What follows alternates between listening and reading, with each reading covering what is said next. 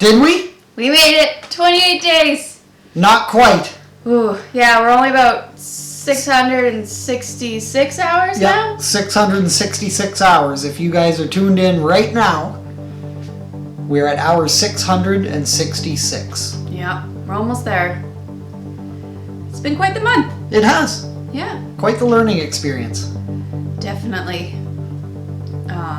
So we want to talk to you today about some of the things we learned, some of the things we did, some of the things we would change.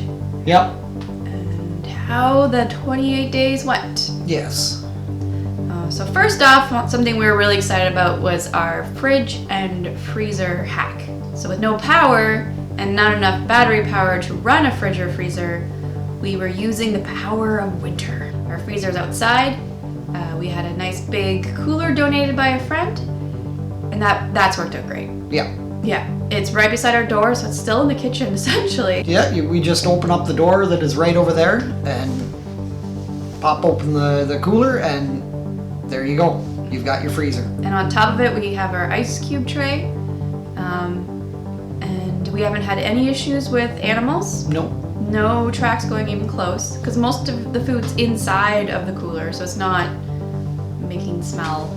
With the indoor freezer conversion to a refrigerator, that has worked out quite nicely as well. We used 4 5-gallon buckets of water, which we froze in the beginning. Those 4 buckets lasted us the entire month, and we kind of hovered between 2 degrees Celsius and 4 degrees Celsius in the fridge freezer conversion. And it was about once a week that we swapped out the frozen pail for another frozen pail, which obviously those pails we just kept outside as we needed. And because we filled those pails with drinking water out of our well, as they melted, we were able to use those as a supplementary water source. Speaking of which, water was interesting. Yeah. So we actually cut back our water use a lot, for a total of 100 liters a week. We only went to the spring to fill up. We had 4 to 5 5-gallon buckets that we brought with us, and we filled them up once a week. And we didn't go over that. No, actually we had, in most weeks this month, we had water left over out of that. I think there was only 1 week that we didn't run out, but we only, our last bucket was down to... Yeah, we're down to the wire. Yeah. And a lot of that was because we melted snow for flushing the toilet. That was a little annoying. I'm going to look forward to not having to think about that. Yes. It wasn't a lot of work, it's just, you had to think about it. Yeah. A lot of these things about this off-grid experiment wasn't like it was so much work, it was just a lot more thought you had to put into everything. Because with the toilet flushing, that was 25 liters or 5 gallons per day. Yes. Was what we needed to, to keep things clean here. And that's only 2 people. Yes. Can you imagine? Our showers, they weren't the best. Well, they weren't the best, but they weren't the worst. No, it was warm water. It was perfectly sufficient in terms of warmth in the water. Sometimes a little bit too hot if you didn't mix in enough lukewarm water. The stove, we still have the pot on the stove. It was keeping the water quite warm. Great for washing dishes, great for showers. The only issue was the height of the shower bag was a little low, so to get good flow, I had to kneel down to wash my hair. Yeah. So it felt a little weird sitting in your shower, like on your knees, washing your hair. But yeah. And also, having a shower when the house was really warm, that's key. Yeah, so while you're cooking, while you have the stove on the hottest, or in the morning just after you boil the water for coffee, that's the best time to do it. Because you don't let the water run the whole time. So when the water's off and you're soaping up or doing your hair, like putting shampoo in your hair, it gets a little cold if the house isn't really hot. Laundry. Well, another water thing. Yep. So we are down to the last of everything, and we might have pushed some clothing a little bit far. I'm down to my pattern socks, like Christmas patterns and Valentine's Day patterns. I was wearing soccer socks the other day. I have about 30 pairs of the Bass Pro Redhead socks.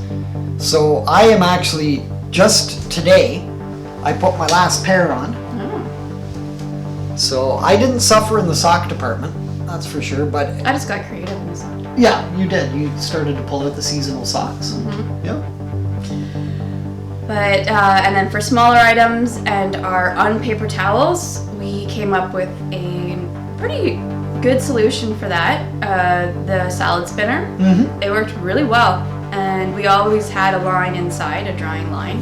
So we just washed it in the salad spinner and then hung it up to dry. Mm-hmm. And I see no reason why we will not use that little salad spinner to wash our unpaper towels going forward. Yes, because it's a small load and you don't want to mix them with other laundry. And yeah, it worked great. Yeah. I think the most important lighting solution we didn't come up with, but that we've used is candle task lighting. Yeah. So we have... So these are still the majority of what is lighting our lives right now. Mm-hmm. Every dinner over the month of February has been a candlelight dinner.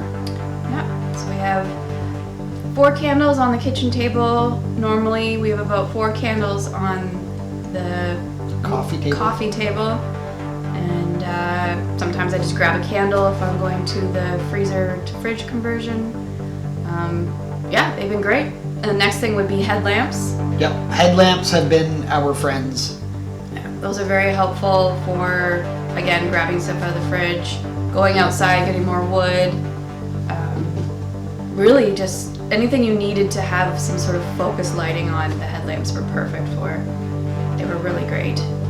And then our LED string has helped us with more lighting the whole place up for like dinner preparation and for our live streams. Yep, for our live streams that has been a huge help. Mm-hmm. Doing dishes when it's dark, even showering. Yes, I always bring it into the shower. It's got a magnet on it, which is great, and our lights have these metal loopy things.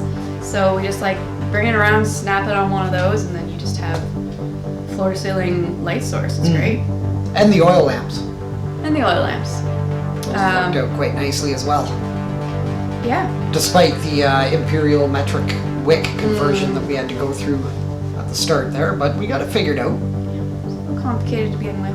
Mm-hmm. But it worked for us, which is fun. Mm-hmm. And also behind us is our wood stove. So we've used that to heat. We never really use any other heating source anyways, so that didn't really change much. Nope. And we used it for all our cooking. We have not touched... We did use the little fuel canisters to try to heat water for coffee a couple times, but it just wasn't effective. The stove was much quicker than using those just little things. You just got to put the effort in to heat the stove up. Put a lot of wood in their stove before we go to bed. And keep the coffee pot or like the hot water, the kettle on there all night long, so it's at least, nice and warm in the morning when you wake up, and once you stoke that fire, 5 minutes later that pot's boiling.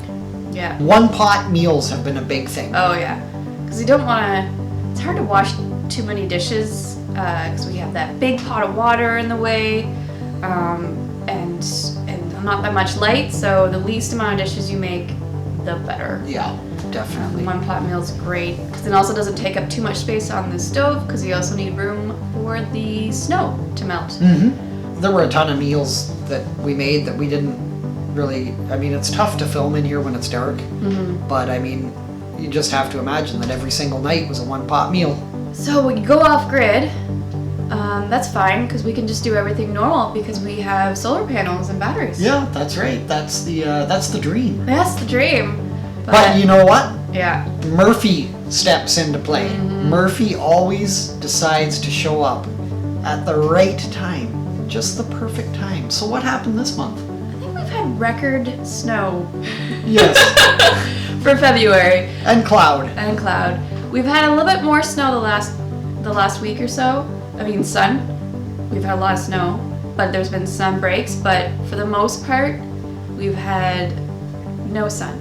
Yeah. We could not rely on our solar panels to charge our batteries. No.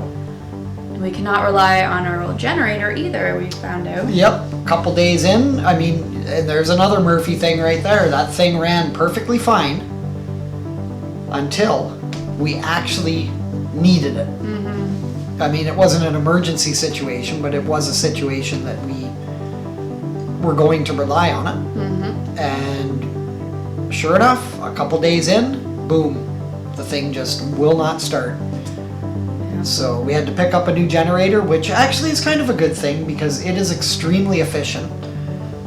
I want to estimate that we probably went through approximately $25 in gas to run the generator. Total, over the course of the month. so that's about $1 a day. Buck a day. About $1 a day, which is probably, I mean, that's in line with our hydro or our electrical usage Yes, as well. we spend about $1 a day on our electricity. Yeah, but we did not really, we haven't run the refrigerator or freezer or the washing machine or anything like that. Or the well pump. Yeah, the well pump. So I suspect that if we had to run off of the generator in the winter months to use those things, we'd probably honestly be looking at more like $80 for this month. As opposed to 25, because all we've done is charge the battery or our battery bank And run computers off of it. Yep. For the live streams. Yeah, for the live streams. And Amanda was stuck at home. We got snowed in a few times, so we had to run it through the day so Amanda could continue to work. Yes. But yeah, so Canadian winter, solar power. Make sure you've got a backup there. Yeah. Because you're gonna run into some cloudy, snowy situations. And if your solar is your only energy system, I don't know, it's like the old saying, one is none, two is done. So yeah. So we'll be looking into some alternative energy sources other than just the generator. We were marking down how much wind we've been getting. Yes. We were marking down how many days of sun we've been getting and whether or not they're the same days. To see if we could supplement with the wind turbine. And one of the things with wind is that it's recommended that you have a steady stream of 11 kilometers per hour running your 12 volt wind turbine, and that's at the minimum, the absolute minimum. So we'll be going through the calendar that we kept and tallying things up and just having a look at, is wind worthwhile here? Yes, it gets windy. It gets very windy. We're on the shores of Lake Superior, but where our house sits, right in here, isn't really that windy because we're surrounded by extremely tall trees. I don't think it really affected us that much doing this month off grid. But that being said, are you looking forward to March 1st? I am. I'm looking forward to having water on tap. Yes. I mean, not having to think so much and work so much just to have water. All of those little things for sure, and like light switches. Now that is another thing, because I think when we flip the switch at midnight and we turn things back on, it's going to be really bright in here at night. So too. We'll be like Prep Stutter Bob and Mrs. B will be wearing sunglasses. Yes. In the house all the time. So we already exist at a lower amount of lighting than that is possible in here, and I have a feeling we might even go down when we turn the lights back on because we are not used to so much brightness. Yeah. We might just continue with our candlelit mood lighting at night when we're not preparing food and dishes and things like that. We're not saving too much money there. We already have all LED lights everywhere. It would just be a matter of our new comfort level. Yeah. And this was never a financial experiment, really at all. It was more of a self-sufficient experiment, and what do we need to do to prepare ourselves to actually go off grid and still live comfortably. Like, we still want to be able to watch TV. We still want to be able to cook properly. We don't really want to have things change that drastically in our lives. Off grid to us is not a life of seclusion. It's not removing ourselves from society. It's simply being self-sufficient. And there were numerous times, for example, that the power went out all around us here, and we had no idea. It was just on our community Facebook pages and things like that that we realized, whoa, everyone's out of power out here. Thanks for coming along on the Great Canadian Off-Grid Experiment with us. It's been fun. It's been great. Yep. Hopefully you guys had fun watching. Until next time, see ya.